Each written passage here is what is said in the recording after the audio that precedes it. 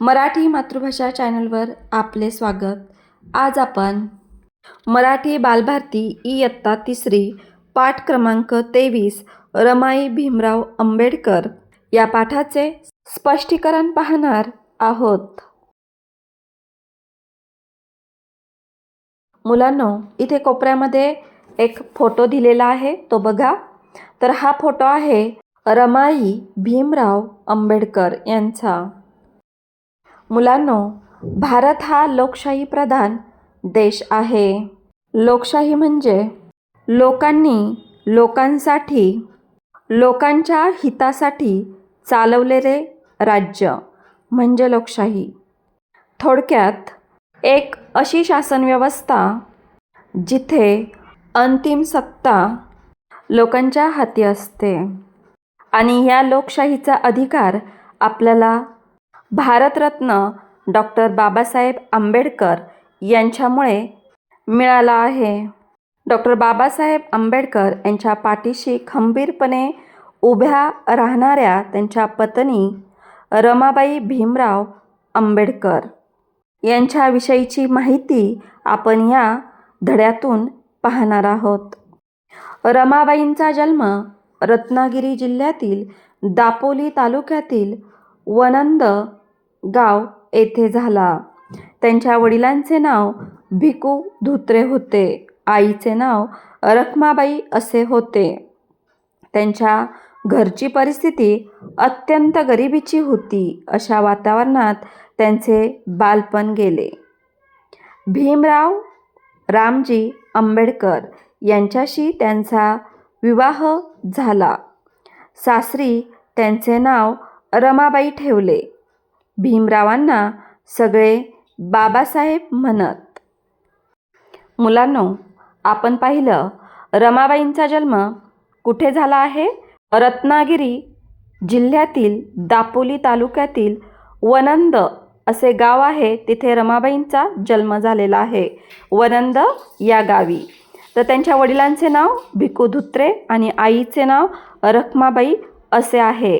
आणि नंतर त्यांचा भीमराव रामजी आंबेडकर म्हणजेच डॉक्टर बाबासाहेब आंबेडकर यांच्याशी विवाह झाला आणि त्यांचे सासरी रमाबाई असे नाव ठेवले। 1907 साली बाबासाहेब मॅट्रिक झाले। मुंबईतील पोयबावडी येथील चाळीत ते राहण्यास गेले। बाबासाहेबांनी रमाबाईंना घरीच लिहायला वाचायला शिकवले।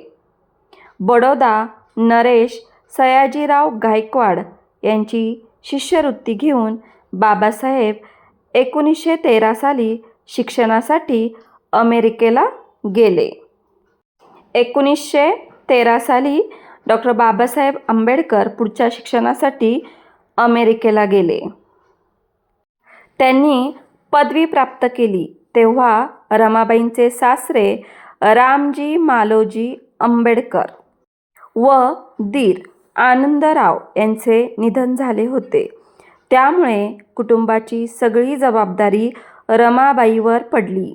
रमाबाईंचा स्वभाव मितभाषी म्हणजे कमी बोलणारा किंवा मोजकेच बोलणारा, दृढ निश्चयी आणि स्वाभिमानी होता।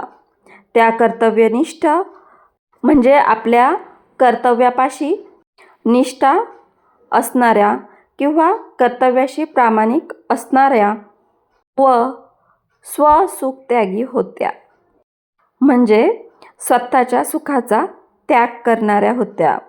अशा खडतर परिस्थितीतही मनाची शांतता आणि घरातील एकोपा अबाधित ठेवण्यासाठी त्यांनी फार कष्ट सोसले।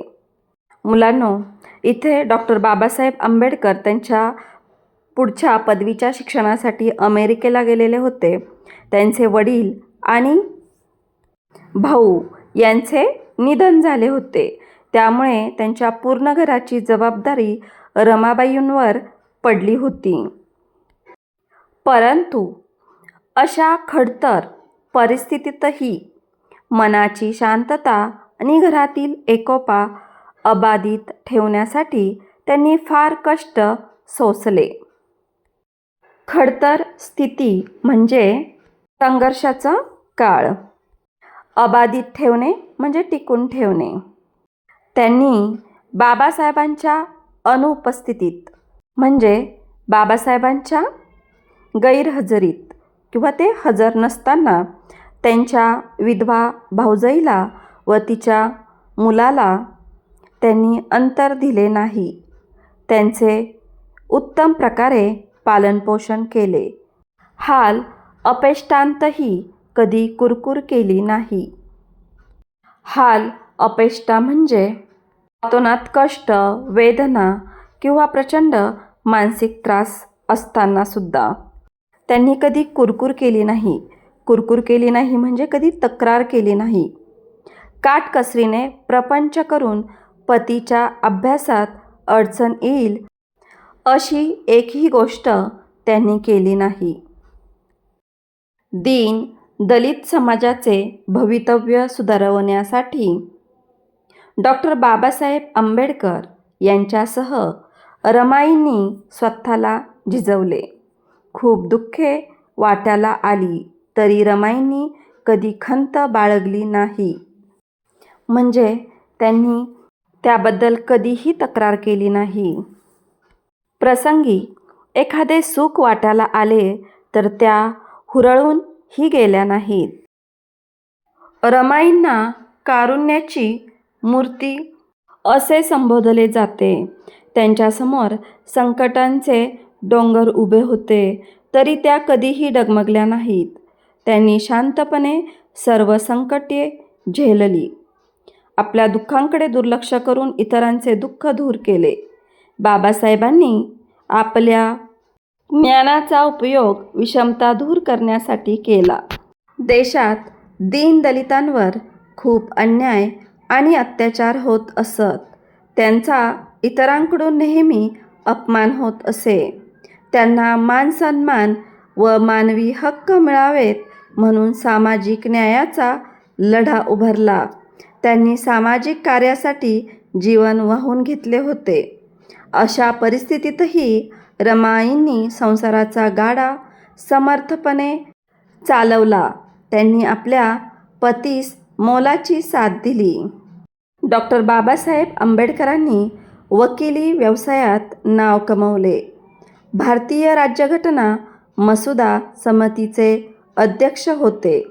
त्यांनी मसुदा समितीत खूप परिश्रम घेतले म्हणून त्यांना भारतीय राज्यघटनेचे शिल्पकार असे म्हणतात.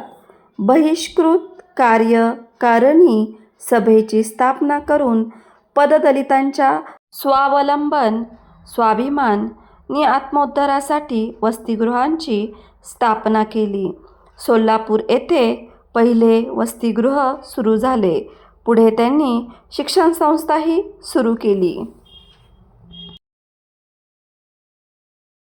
रमाईंनी धारवाड येथील वसतिगृहास भेट दिली. त्यावेळी तेथील वसतिगृहात त्यांना अन्नधान्यांचा तुटवडा दिसला. तुटवडा म्हणजे कमी. मुलांना खायला एकही दाणा नव्हता. दुकानदाराचे वाणसामानाचे बिल थकले होते. त्यावेळी क्षणाचाही वेळ न दवडता रमाईंनी हातातल्या सोन्याच्या बांगड्या वसतिगृह प्रमुखाकडे दिल्या. त्या मोडून त्यातून आलेल्या पैशांनी धान्य व आवश्यक ते सगळे सामान आणले. जेवणाची व्यवस्था करून मुलांना प्रेमाने जेवायला दिले. असा प्रसंग पुन्हा येऊ नये म्हणून त्यांनी पुढच्याही काही दिवसाची बेगमी होईल एवढे अन्नधान्य भरून ठेवले. बेगमी म्हणजे साठा होईल एवढं. रमाईंच्या प्रेमाने, वात्सल्याने वसतिगृहातील सर्व मुले भारावून गेली. त्यांच्या कारुण्याचा ओलावा सगळ्यांनी अनुभवला. रमाई दीनदलितांच्या आई व बहुजनांच्या सावली झाल्या. सर्वांना आधार देण्याची रमाईंची वृत्ती होती. स्वतःची सर्व स्वप्ने विसरून कुटुंबाच्या व समाजाच्या उज्ज्वल स्वप्नांना साकारण्यासाठी त्या शेवटपर्यंत झगडल्या. त्यांची जिद्द आजही सर्वांना प्रेरणादायी ठरते. मुलांनो, या पाठाच्या लेखिका आहेत डॉक्टर करुणा जामदाडे. यांनी रमाबाई भीमराव आंबेडकर यांच्याविषयी अतिशय प्रेरणादायी माहिती आपल्याला या पाठातून दिलेली आहे. मुलांनो, या व्हिडिओपासून तुम्हाला नक्कीच मदत होईल. व्हिडिओ आवडला असेल तर व्हिडिओला लाईक करा आणि अशाच प्रकारचे नवनवीन शैक्षणिक व्हिडिओ पाहण्यासाठी आपल्या चॅनलला अवश्य सबस्क्राईब करा. थँक्यू.